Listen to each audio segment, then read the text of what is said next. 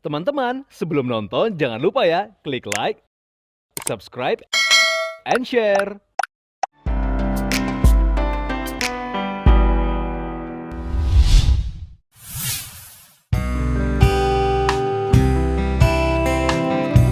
Viewers, masa-masa pacaran yang indah konon katanya akan jauh berbeda bila telah menikah. Lantas apakah keduanya merasakan hal tersebut? Soalnya waktu pacaran kita udah bukannya udah tahu sifatnya gitu loh. Aku tuh berantakan gitu loh. Nah, ya pelan-pelan diperbaikin sama dia, harus rapi gini gitu loh. Jadi dia emang rapi, orang apik gitu loh. Kalau aku kan sembarangan, tapi ya pelan-pelan kita jadi apik juga. Karena dia tuh mempercayakan rumah tangga 100%-nya ke saya gitu. Jadi dia tidak terlalu campur yang lainnya. Saya dikasih responsible untuk ngurus rumah tangga sepenuhnya gitu. Jadi ya gitu. Dan dia menghendaki dilayani gitu. Jadi kalau makan siang harus ditemenin di meja makan, makan malam harus ditemenin di meja makan, kayak gitu.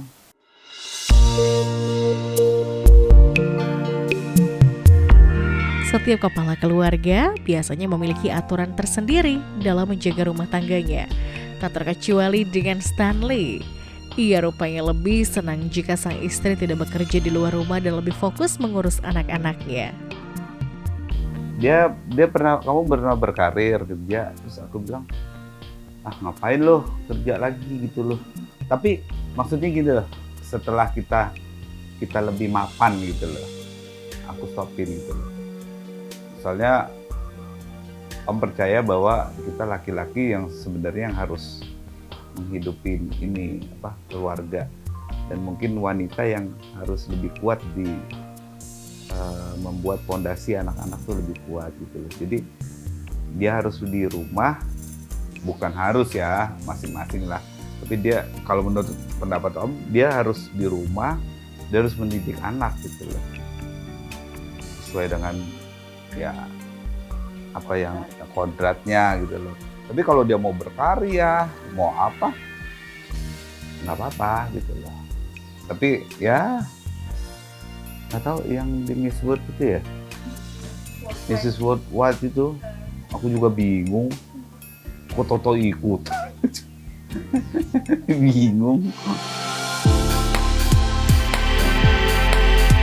Ujian pernikahan biasanya meliputi dua hal, finansial dan perselingkuhan.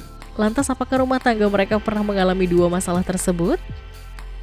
Selama hidup perkawinan kita, masalah finansial nggak pernah ada. Dalam arti ya sesuai budget aja sih. Dan saya nggak pernah yang terlalu nuntut gimana yang sampai kamu harus gimana gitu. Enggak lah gitu. Jadi ya kalau memang lagi ada ya ada, kalau yang nggak ada ya nggak ada gitu. Kalau dulu sekarang nih jadi pengusaha nih. Kalau dulu kan kita kan sebelum pengusaha kerja dulu sama orang. Kerja sama orang, ya maksudnya jadi pegawai gitu. Waktu pertama kawin, dari orang tua saya udah bilang, udah menanamkan gitu. Hasil dari suami itu harus kasih ke istri yang memanage semua gitu loh.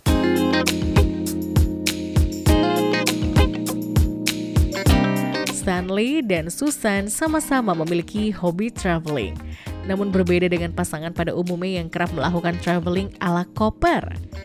Pasangan kompak ini justru lebih senang berpergian ala ransel atau yang dikenal dengan sebutan backpacker.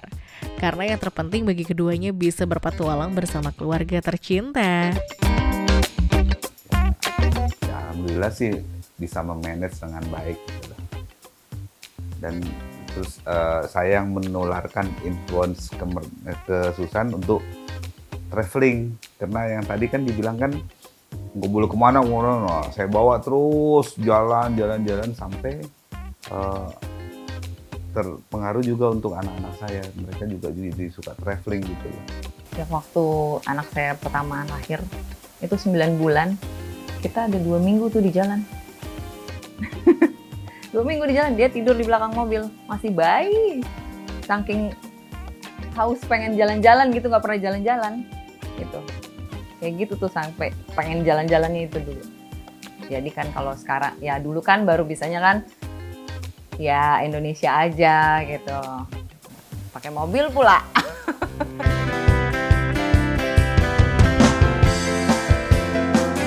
Cemburu kata orang tanda sayang, namun cemburu berlebihan juga dapat menghancurkan sebuah ikatan. Lantas apakah keduanya termasuk tipikal pasangan yang cemburuan? Baiknya tanya sendiri deh. Dia bisa jawab sendiri kok. Oh enggak, dia mempercayakan saya sepenuhnya. Kalau saya periksa handphone, ada jadwalnya. Ada jadwalnya. Nggak boleh tahu jadwalnya. Gitu. Tahu cemburuan apa enggak, dia yang bisa nentuin, kan saya nggak tahu. Banget. Jadi zaman dulu tuh kalau umpamanya lo bintang film lo yang lo paling seneng siapa? Kebetulan dulu tuh siapa tuh? Desi Ratnasari. Dulu kalau ada iklan tuh di TV tuh, TV-nya bisa dimatiin lo, crack, diganti lo channelnya gara-gara dia lewat doang. Dia sih belaganya nggak nelfon, tapi kalau udah 2-3 jam, gimana nih, gini. Ada ini. Padahal tahu ngecek gitu. Kita udah ngerti aja sendiri. Jadi kita udah siapin juga jawabannya sebenarnya.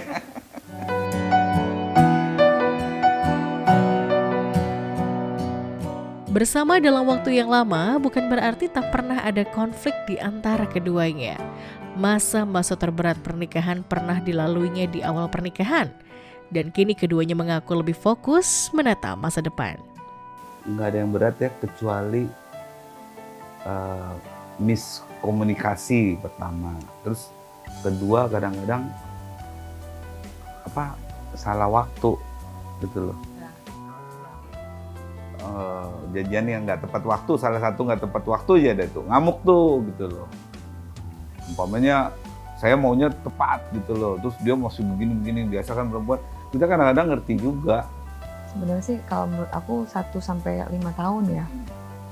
Karena waktu itu, cuman dia nggak ngerasa aja. Dia nggak ngerasa, kan saya yang merasa. Ya itu, karena kan baru serumah gitu ya. Itu dia kan pulang malam terus kan. Gitu. Ya itulah masa terberat, tapi ya saya berusaha untuk oh ya udah, berarti memang kalau laki-laki itu harus seperti itu. Gitu, maksudnya pulang malam, ya mungkin dia perlu nongkrong di mana, perlu apa, ya itu aja sih sebenarnya. Sementara kita di rumah kan kadang-kadang khawatir ya kemana. Itu masa terberatnya 1-5 tahun itu.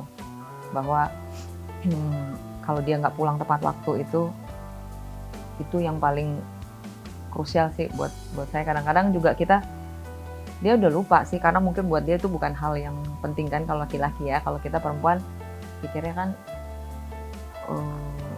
gue lagi habis kesini gitu kan. Oh ya udah gitu. Ya beda kan waktu pacaran. Kan kalau pacaran cuma ketemuan sebentar. Kalau ini kan oh ya udah. Itu 1-5 tahun. Setelah itu aku udah terbiasa gitu, maksudnya oh begini toh kehidupan rumah tangga, dan nggak mungkin kan ngarepin suami harus pulang cepet gitu. Kalau pulang cepet nanti setorannya sedikit.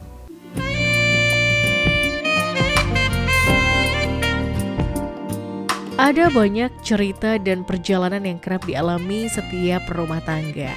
Ada kerikil kecil, ada pula batu besar. Namun jika sudah bertengkar, siapa yang paling sering mengalah?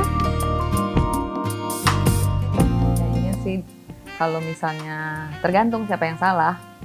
Tapi kalau dia yang salah biasanya dia yang baik-baikin. Tapi kalau saya yang salah, saya nggak ada baik-baikin, biasa aja. Ya nggak usah perlu baik-baikin. Jadi ketahuan nih. Masa saya mesti baik-baikin? Enggak lah, ya biasa aja, saya ngobrol biasa gitu sampai dia netral sendiri gitu. Tapi kalau dia yang salah berat, nah dia biasanya yang baik-baikin gitu. Biasanya kan seperti itu.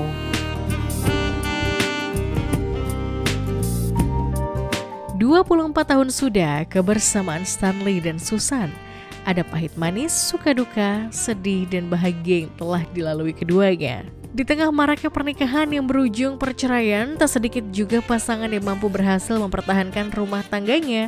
Lantas seperti apa tips ala Susan dan Stanley dalam menjaga keutuhan dan keharmonisan rumah tangganya? Kuncinya satu, kita saling percaya. Kedua, ya apa ya? Saling percaya sih sebenarnya, udah itu aja. Soalnya kalau saling percaya pun, jadi kita udah lega gitu loh. Ah udah deh, gue percaya kok sama dia gitu. Nyantai. Intinya seorang istri harus tahu tempatnya di mana, apa yang harus dia lakukan untuk seorang suami. Dalam artian ya suami pasti mau selalu dilayani apapun itu. Jadi walaupun waktu itu saya juga kerja, saya tidak menempatkan diri saya equal gitu. Kan sekarang memang ada yang istilahnya emansipasi wanita. Tapi buat saya ya apapun yang di dalam rumah tangga itu ya selalu harus suaranya dia. Walaupun kadang-kadang maksudnya suaranya dia adalah gini. Kalau ada suatu masalah, saya menggunakan satu pendapat gitu ya. Terus dia bilang, oh nggak bisa, begini gitu ya. Jadi, oh ya udah. Saya yang harus memutuskan, saya yang bertanggung jawab. Ya udah. Jadi saya masih aliran lama. Gitu. Jadi tetap dia yang harus bertanggung jawab di dalam rumah tangga, selalu harus ya nggak bisa terlalu bertentangan sekali ya, gitu. Karena dia juga keras orangnya. Kayak gitu, jadi kita harus lebih banyak mengalah sih. Ani, tetap seperti yang ini, tetap melayani aku sesuai komitmen kamu, tetap menyayangi aku sampai aku habis. Bersediakah engkau? Ya intinya aku hanya mau dijaga aja selama sampai sisa hidupku sama dia.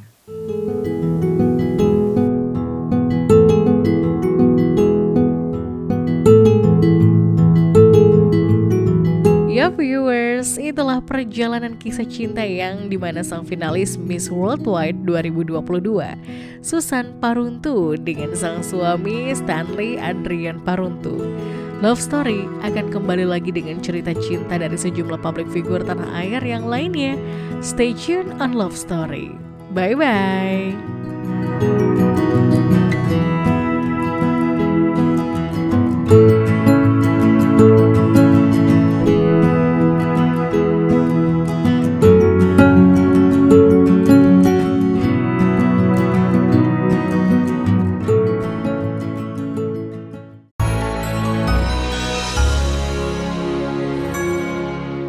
Jangan lupa ya, klik like, subscribe, and share.